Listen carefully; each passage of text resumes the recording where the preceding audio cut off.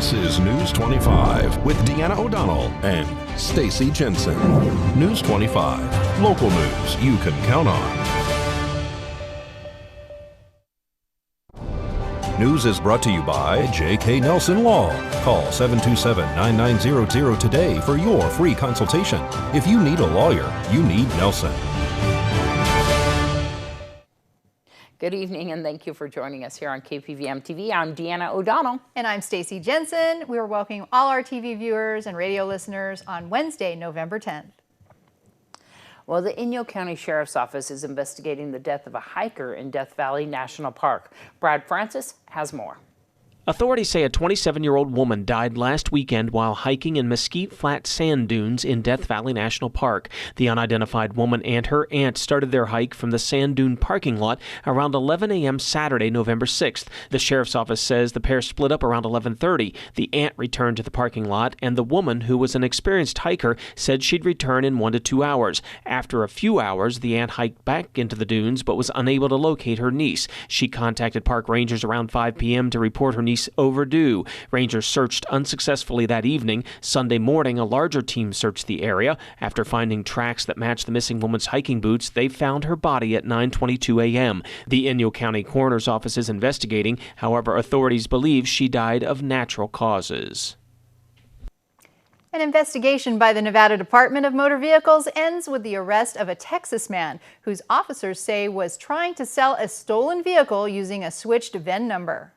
18-year-old Daniel Lopez Jr. was taken into custody October 14th as part of an undercover sting operation by the DMV Compliance Enforcement Division. Officers working undercover observed the attempted sale of a pickup truck that had been reported stolen in Texas. According to investigators, Lopez was arrested while trying to close a cash sale on the stolen pickup with a Las Vegas buyer who was unaware that the truck's vehicle identification number had been switched. The DMV investigation revealed that Lopez, a Texas resident, was engaging in online private party sales with Nevada residents using vehicles that had been stolen and their VINs switched to avoid detection. Lopez was booked into the Clark County Detention Center on 2 counts of possession or transfer of a stolen vehicle, 2 counts of intent to utter a fictitious bill or note, and 1 count of obtaining money under false pretenses. He could face 1 to 5 years in prison, plus fines and restitution. Investigators say Lopez had already completed 1 stolen vehicle sale for about $18,000 before he got caught.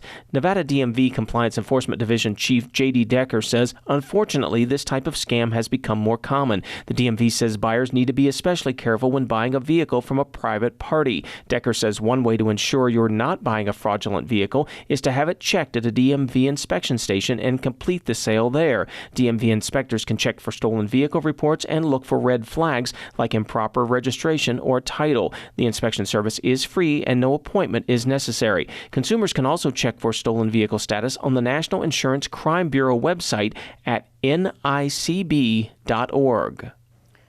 Thanks so much, Brad. Well, 2 crashes just minutes apart Tuesday evening kept Pahrump firefighters and deputies busy. The first happened just before 6 o'clock. Nye County Sheriff's Office auxiliary and deputies arrived on scene to a 2-vehicle crash on Tuesday night on Calvada and Mount Charleston. Both vehicles sustained moderate to major damage. How the accident occurred is under the investigation of the Nye County Sheriff's Office. Nye County Sheriff's Office auxiliary officers blocked traffic in all directions while the investigation and cleanup was underway. 2 occupants were checked out on scene by Pahrump Valley Fire and Rescue medics. However, they declined to be transported to local medical facilities at the time of the crash. And around the same time last night, a 2-car crash on the north side sends 1 woman to the hospital. Pahrump Valley Fire and Rescue and Nye County Sheriff's Office deputies responded to a crash around 6 p.m. Tuesday on Leslie Street near Atkinson Street. A witness tells News 25 a vehicle had pulled into a private driveway at a home on Leslie Street and stopped at a gate, then backed up into the roadway. The rear of that vehicle was then struck by a white Nissan sedan traveling south on Leslie. Both cars sustained significant damage. 1 woman was transported to Desert View Hospital for treatment of her injuries. It's unclear which vehicle she was in at the time of the crash. All other occupants declined medical treatment at the scene. The Nye County Sheriff's Office is investigating. All right, we'll be back with more News 25 right after this. You're watching News 25, the most recognized and farthest reaching local news in Nye County. News 25, local news you can count on. Welcome back. After conversations between Nevada Governor Steve Sisolak and the Department of Employment, Training and Rehabilitation, businesses will not face an unemployment insurance tax rate hike in 2022. The Nevada governor says since 2019, the average tax rate has declined to its lowest level in more than a decade, and he intends to keep it low. Last month, the Employment Security Council recommended an increase of the state unemployment insurance tax on employers from 1.65% to 2%. After considerable discussion with the business community, the Employment Security Division Administrator will put forth a regulation that holds the 1.65% average tax rate steady for 2022. The regulation will go before the Employment Security Council on December 18th. In addition to the no change to the average unemployment tax rate, the Department of Training, Employment and Rehabilitation worked with other state agencies to use American Rescue Plan funds to repay federal loans used to continue unemployment benefits during the pandemic, resulting in no loans and no interest for the Unemployment Insurance Trust Fund to repay. And the Nevada Department of Health and Human Services has announced the publication of a website to provide updates on Nevada's public option legislation. This qualified health plan has a target launch date of January of 2026 and is the result of Nevada Senate Bill 420, which was signed into law by Governor Steve Sisolak on June 9th of 2021. Nevada is one of the first states in the nation to work towards a public option. The legislation brings together Department of Health and Human Services, the Commissioner of Insurance, and the Executive Director of the Silver State Health Insurance Exchange, design, establish, operate, and help operate the health plan. The goals include leveraging state purchasing power to lower premiums and costs for health care for all Nevadans, improving access and reducing disparities related to the quality of care and the outcomes for historically marginalized communities, increasing competition to improve the availability of coverage for rural Nevadans, and promoting value-based healthcare financing. More information can be found on their website at dhhs.nv.gov/public option. Well, the Pahrump Valley Rotary Club is at it again, delivering books to local students. Today, they donated more than 1,000 books to the pre-K program at Mount Charleston Elementary School here in Pahrump. The donation is made possible through Rotary's Together We Read initiative. Today we've got 1,000 pre-K beginning readers here to give to the children here.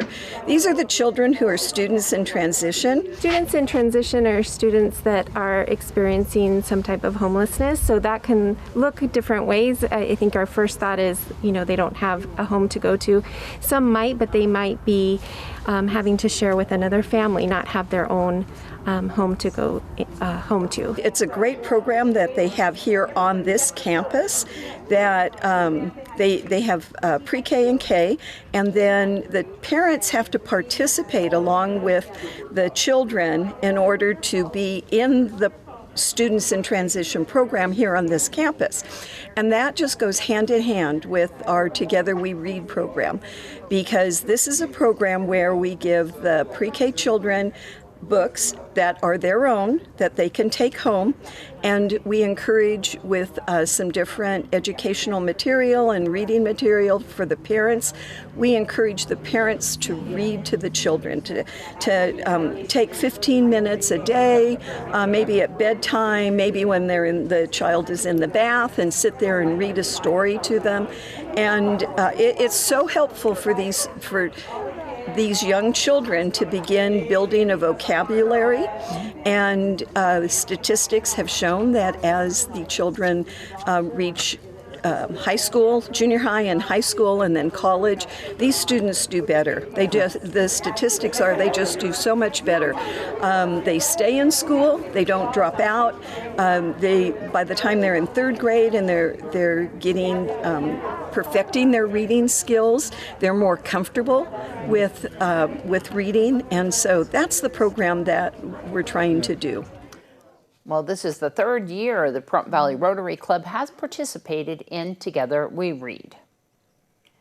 And deer hunting season is back in full swing in many areas. If you're planning to take part, it's important to know how to properly field dress the deer and process the meat.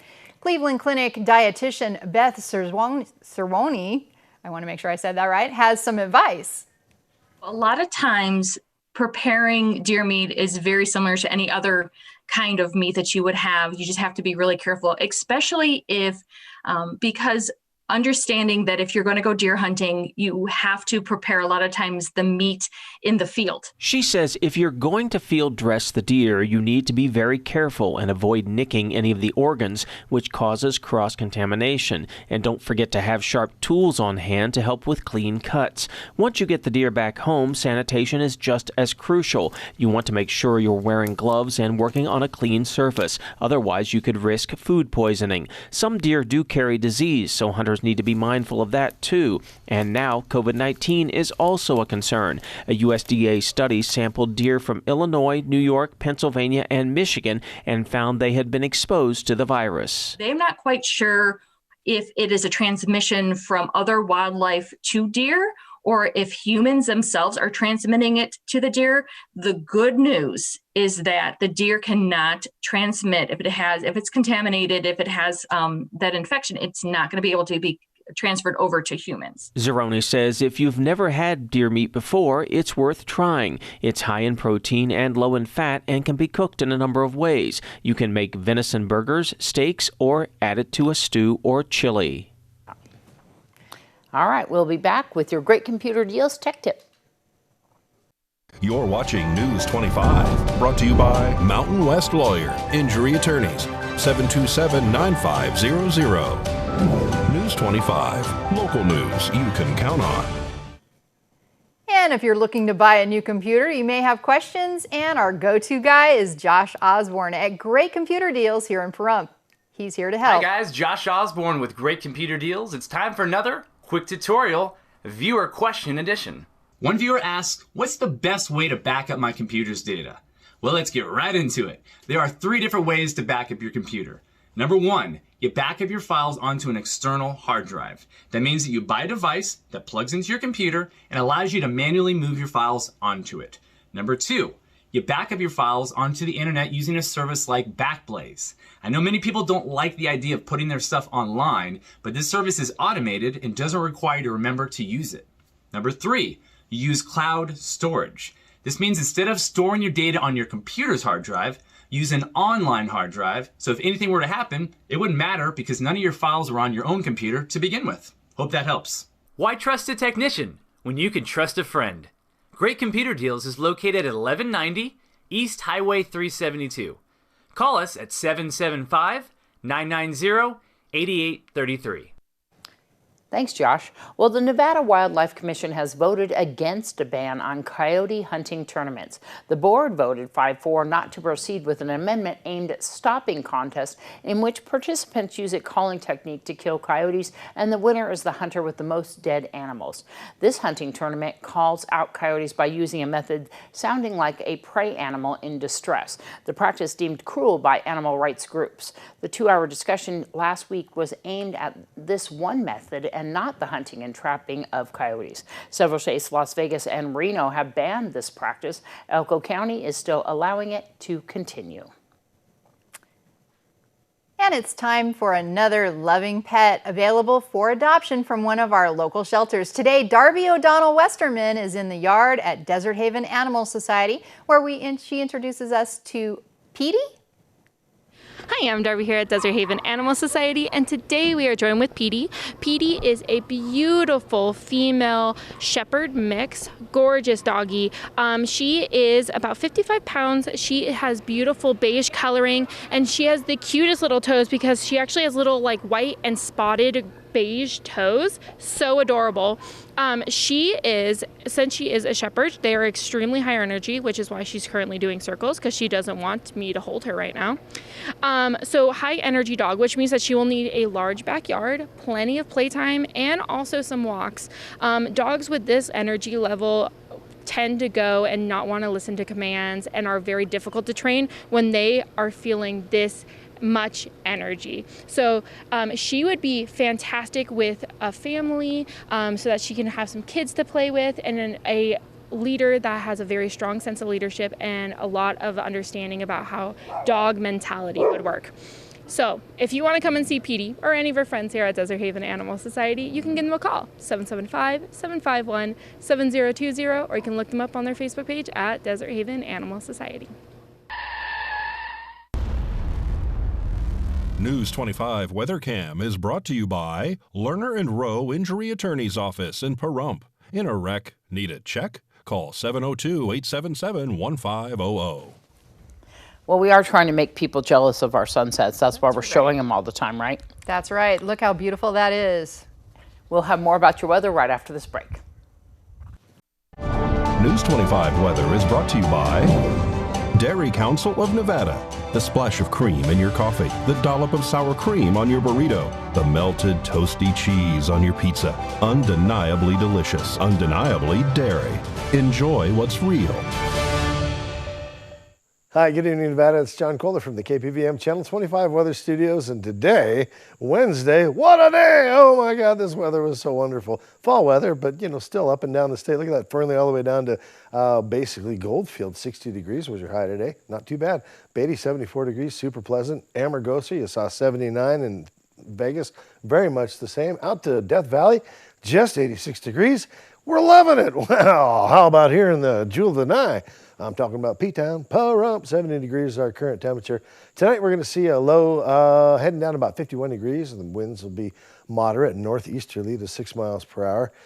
Sun set this evening, it's about 40 minutes ago, 4:39. But tomorrow, well, you can enjoy a sunrise as early as 6:17 a.m. and not a minute sooner. How about that? Low tonight about 78, 50 degrees, low tomorrow night rather. High tomorrow about 78, and won't that feel pleasant? As we look on into the week, clear skies, blue shining on me, yeah, baby. Temperatures up to about 79 degrees, so close to 80, you might as well just kiss it. And we will be kissing it at 80 degrees on Monday and kind of kissing those 80-degree temperatures away because we got some clouds returning, winds kicking up just a little bit, temperatures dropping down Wednesday to 68 degrees for a high, 44 for a low. It's starting to feel like winter around here. All right, back to the desk. Here's Deanna. Thanks so much, John. Well, everybody knows tomorrow is Veterans Day. There's a couple of Veterans Day events. The first one is at the VFW Post on Homestead Road. They always do their ceremony 11/11 at 11. So it's at 11 a.m. and they're located at 4651 Homestead Road. Please arrive early. It's open to everyone. That's right. Next, we have the Disabled American Veterans. They are going to be holding their memorial service beginning at 4:30 p.m. at the Veterans Memorial inside the Chief Tacoma Cemetery at 751 East Street. Please arrive early for that one as well. And that's at 4:30 p.m. And the Pahrump Holiday Task Force is having a community-wide Thanksgiving feast at Nye Communities Coalition. They're located at 1020 East Wilson Road. That's going to happen right on Thanksgiving Day from 11 a.m. until 2 p.m. This is free and open to everyone. And we have two other events that are happening, which are so exciting. The Artistic Divas and Dudes, you're going to tell them about that. Right, Artistic Divas and Dudes, that's the Mistletoe and Magic. That's happening this Friday, the 12th, and Saturday, the 13th, from 10 to 4 p.m. at the Bob Roode Community Center. That's on Basin Avenue and Highway 160. And the VFW Post is having another event, and that is their poker run. And that's happening on November 20th. If you would like to participate in that poker run, you can give them a call, 775-727-6072. You can also go on to the VFW Post Facebook page, or you can even go to their website, which is vfwpost10054.com. And that's going to wrap up this edition of News 25. I'm Deanna. And I'm Stacy. Good night.